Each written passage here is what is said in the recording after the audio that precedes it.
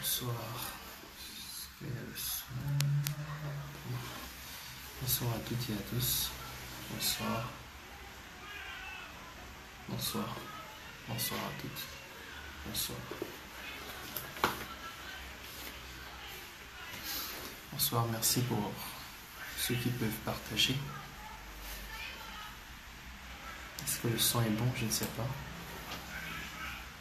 Donc, bonsoir à toutes, bonsoir à tous.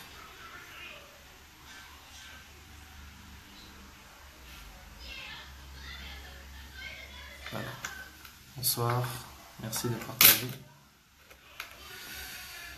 Donc, Céline, bonsoir. Tchabou, bonsoir. Et merci de bien vouloir partager pour ceux qui peuvent bien le faire. Donc, bonsoir.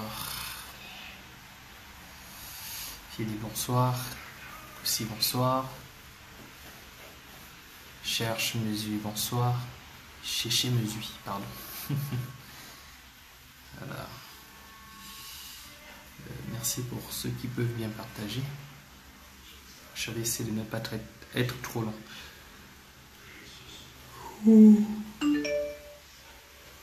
Merci de bien vouloir partager. Je vais faire autant. Autant de laisser les gens se connecter.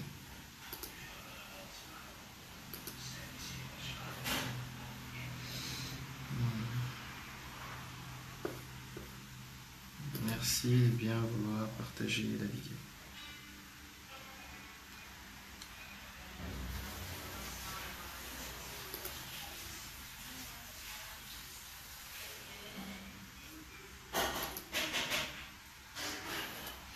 Merci de bien vouloir partager pour ceux qui se connectent. J'essaie de faire la même chose. Voilà. Donc, déjà, j'espère que vous m'entendez, que le son est bon. Que, voilà. Alors, moi, en titre, je pose la question de savoir est-ce que c'est vraiment nécessaire de nous contredire, hein? Est-ce que c'est nécessaire? Donc, je pose la question de savoir si c'est vraiment nécessaire que nous venions à chaque fois que nous comptons. Ça apporte la critique sur la question politique, c'est vrai. Ça élimine, ou du moins ça nous sauvegarde la pensée unique. Oui, c'est tout à fait normal et logique. Dernièrement, Stéphane Zeng faisait une vidéo où il parlait de la pensée. Voilà, vous allez m'excuser, hein. Il me semble que ma connexion n'est pas très bonne. Donc, voilà la question que je me pose. Est-ce que c'est vraiment nécessaire que l'on puisse, qu'on doit se contredire à chaque fois?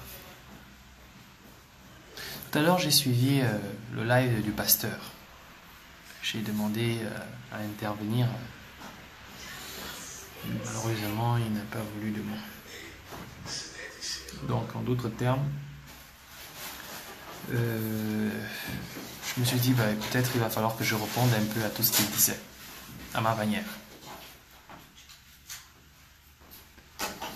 Lorsque l'on parle de dénoncer ces pseudo-opposants qui ont trompé ou qui trompent le peuple gabonais depuis plus de 50 ans, je suis tout à fait d'accord. Je suis tout à fait d'accord. Lorsque l'on essaie ensuite de se lancer dans cette activité et que l'on essaye de montrer que nous-mêmes nous sommes des anges,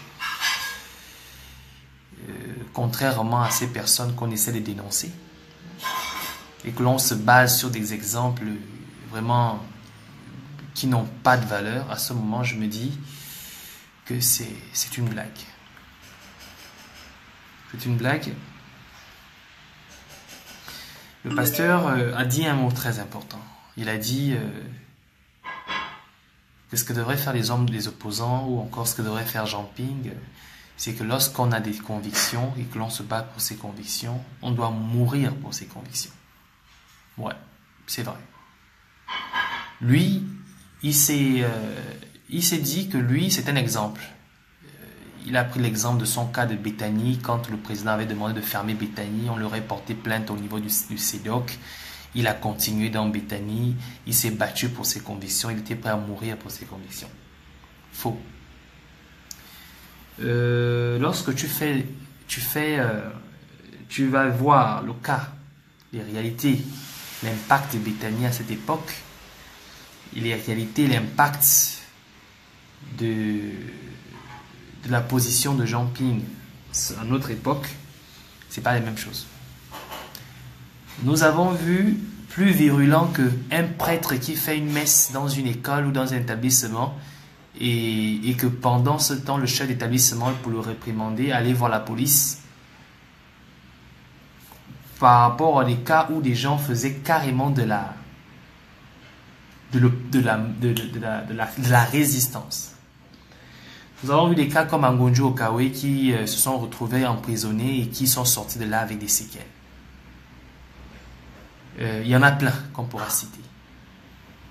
Donc, lorsque je vois un homme venir exhiber, parce que pour moi c'est ça, c'est exhiber, parce que je comprends très bien son point de vue, qui vise, j'ai bien dit, qui vise à lancer la pierre, d'accord, sur ces pseudo, comme il dit, ces pseudo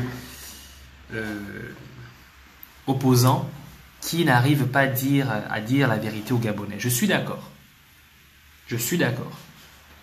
Mais la méthodologie, elle est mal, elle est mauvaise, elle n'a rien à voir avec celle-là d'une personne qui a pour objectif réellement de faire partir Ali Bongo. Et l'une des raisons pour lesquelles je suis vraiment très, alors là vraiment, comme on dit, désolidarisé de ceux qui font dans la DTE, c'est que c'est comme ce pasteur qui vient vous dire quel est votre mal, mais il ne vous propose jamais ce que vous deviez faire pour pouvoir vous en sortir. Quelqu'un viendra vous dire que oui, vous êtes pauvre, c'est parce que vous n'avez pas la foi. Il faut croire en Dieu et ensuite vous serez riche. La foi, c'est quoi? Personne ne le sait. Comment faire pour avoir la foi? Personne ne le sait. On vous dira simplement il faut avoir la foi. C'est exactement ce qui se passe. Pour vous en sortir, le pasteur viendra vous dire il faut prier. Il faut avoir la foi. Tu pries, mais on te dit encore il faut avoir la foi. Mais c'est quoi la foi? On ne te dira jamais. On te dira seulement la foi, c'est le jour où tu comprendras. Le jour où tu auras la foi, c'est le jour où tes prières vont pouvoir se manifester. C'est le jour où tes prières vont pouvoir se réaliser. C'est à ce moment que tu sauras que tu as la foi. Mais qu'est-ce que c'est la foi? La foi est-il un objet palpable? La foi est-il quantitative? Est-ce que la foi peut se toucher? Est-ce que la foi peut se saisir? Non. La foi, c'est quelque chose d'abstrait. Quelque chose d'abstrait que même celui qui l'a ne sait jamais qu'il a. Si ce n'est le jour où peut-être ce qu'il a souhaité venait à réussir. Mais encore, quand on se posera la question, est-ce que c'est la foi qui a fait en sorte que ça réussisse? Ou c'est tout simplement une